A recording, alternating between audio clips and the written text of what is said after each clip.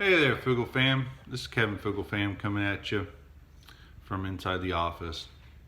Some people wanted to know about my house burning down story. It's Petra and a couple other people. Um, let's start out here. 2012, I lost my job doing mechanics, and so over the next 3 months was kind of difficult, and we called the bank and told them, hey, we got to set up an arrangement to where we push off the payment. And they said, oh, okay, sign these papers and we'll do that. We signed the papers, sent them in. Okay, in the fourth month of this, um, we went to go pay the payment, and the bank said, oh, we don't have your loan. Like, well, who has our loan? Well, we don't know. So went around this rigmarole for the next 2 months, trying to figure out who has our loan. And then about 5 months into it, we get a letter from our county and the bank that has the loan saying they're starting foreclosure. So we were like, okay, well, at least we know who has the loan. So we contacted the bank, and then they set up a refi, and we did everything, and we refinanced it, and we did something kind of stupid. At the time, we were looking at it as saving ourselves from having to, do extra. But in the long run, they they screwed us. Never ever put your taxes into a where they save up a portion of your loan and pay your taxes for the state or the county or whatever county, because they shortchange themselves, and then they borrow against you, and then they add interest onto your loan without you ever knowing anything about it. Next thing you know, your payment jumps up $1, $2, $100, $300 over the course of 5 years. So, that was in 2013 that we got everything figured out and all that. By August 2017, our payment went from $600 to $1,000 a month. So we're trying to figure out what the hell's going on. And then my father-in-law, he had enough, and he decided to go on to the next phase.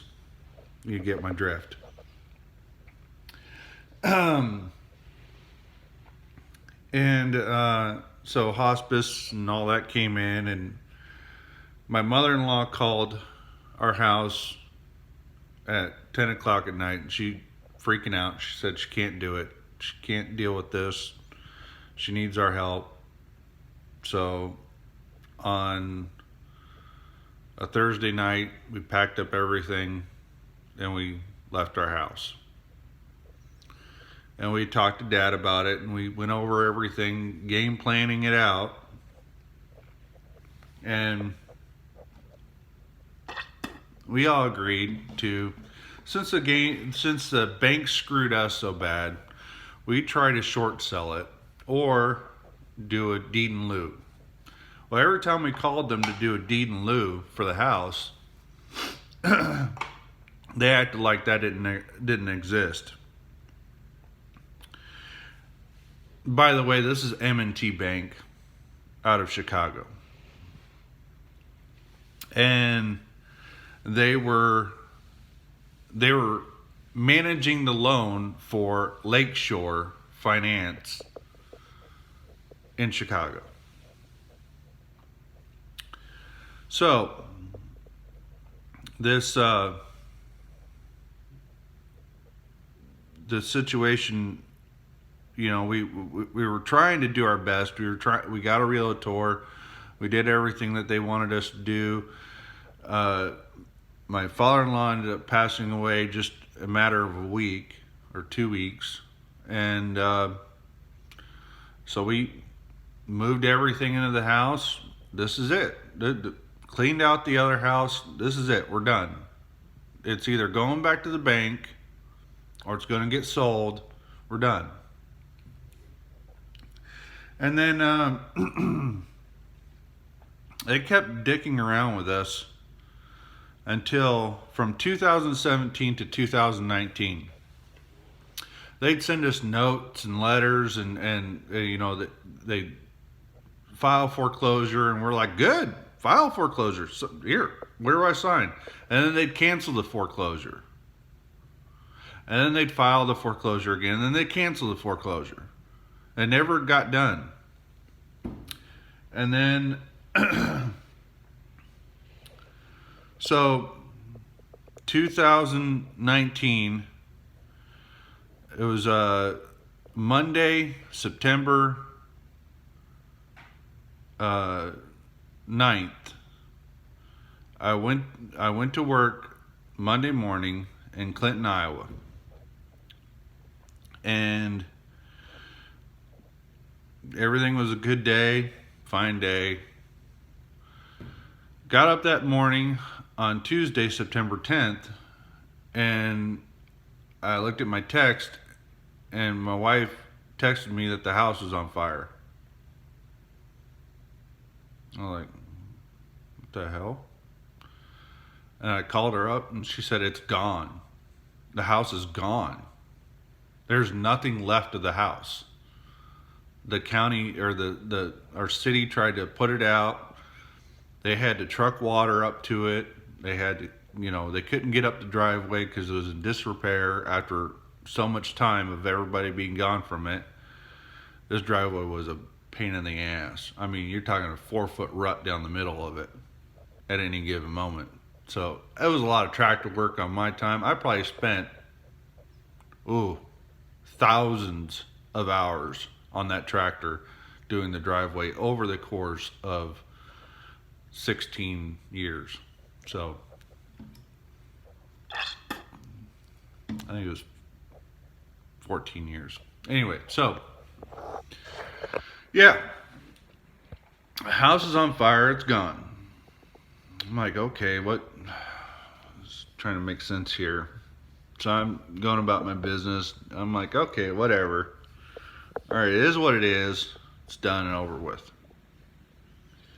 So then she calls me up again and says, hey, I just got off the phone with the bank, and they know that the house was on fire, and they said that we could possibly get the property back because they have insurance on it.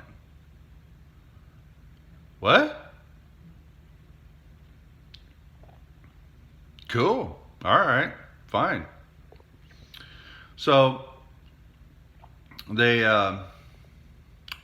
here's a interesting little tidbit. On Monday,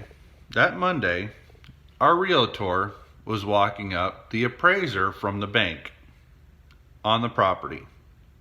Appraiser from the bank looked over the entire property, the inside of the house, the outside of the house, the whole thing, and left.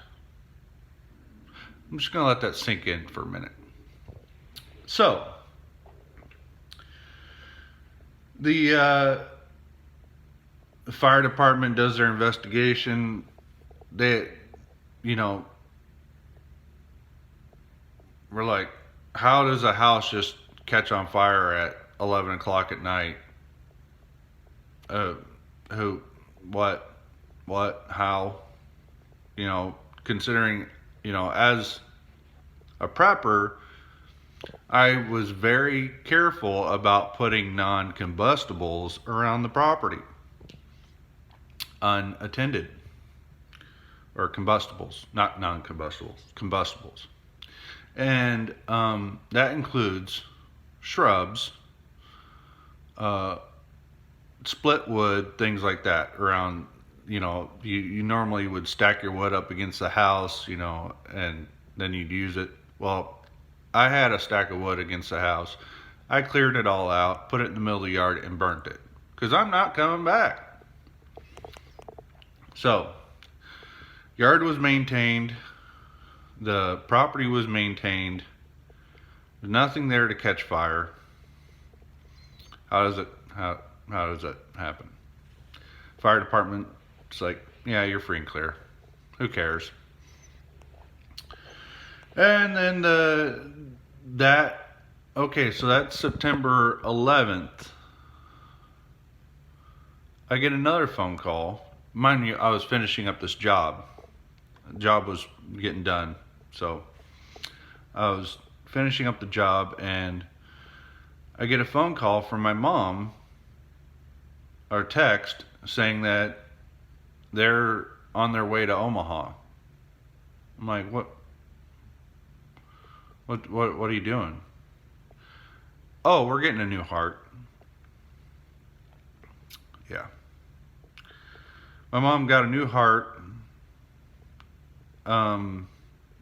She was on the donor list for like 6 months in Omaha, so the moment they had a heart, boom, matched it up. She went and got her heart put in.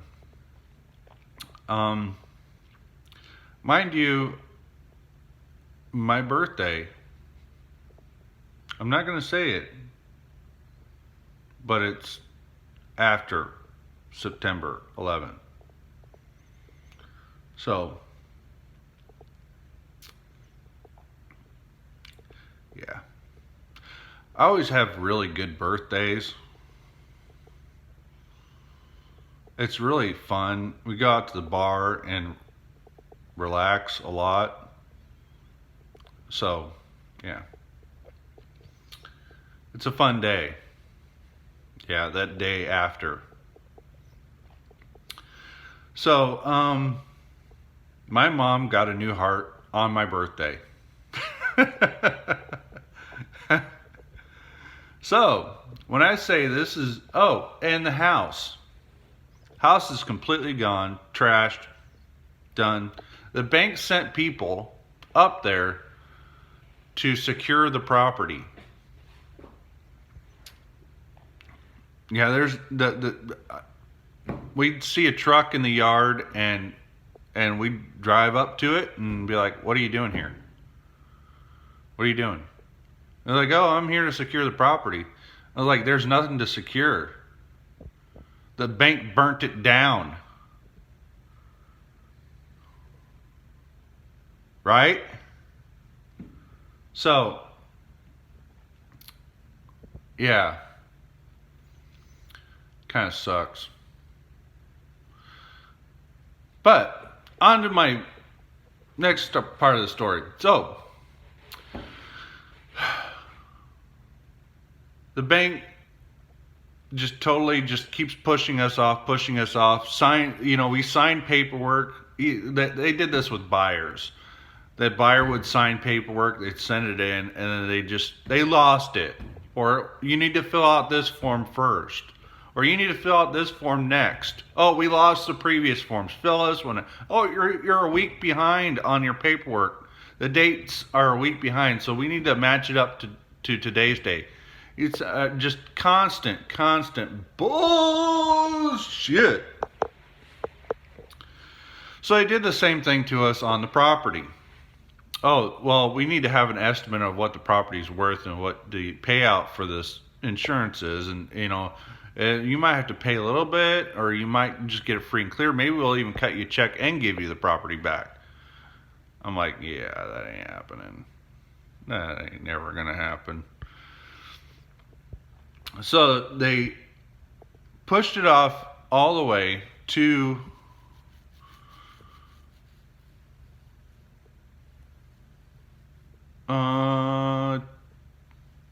2020. Yeah. You know, the house sat there, burnt out shell all the way through 2020. And this gentleman shows up in September of 2020 and demolishes it. I'm like, oh, yay, somebody's going to do something with this. So he demolishes the property, completely starts burying everything. And then he talks to the neighbors around, and they're like, yeah, I don't have no problem. I don't have no problem. You can work till 1 a.m. or 5 a.m., whatever, on your grading and doing all this stuff. Because, like I said, that driveway was a bitch, and he was going to fix it. So, yeah. So he was out there, all fall, digging, burying, pulling trees out, sticking trees into a pile, doing all this stuff. And then he quit for the winter, and then he showed up again in the spring to finish it off. So he's up there every now and then. You hear this, it sounds like Sherman tanks driving back and forth. So, yeah, it's pretty cool. Well, that's my burnt out house story. Has blessings, a couple of them. We don't have a foreclosure on our record. My mom got a new heart. My kids and family and I are happy living with my mother-in-law. And that's the way how it goes. Tight family group. Like, share, subscribe. Catch you on the flip side. This is Kevin Fuglefam signing off.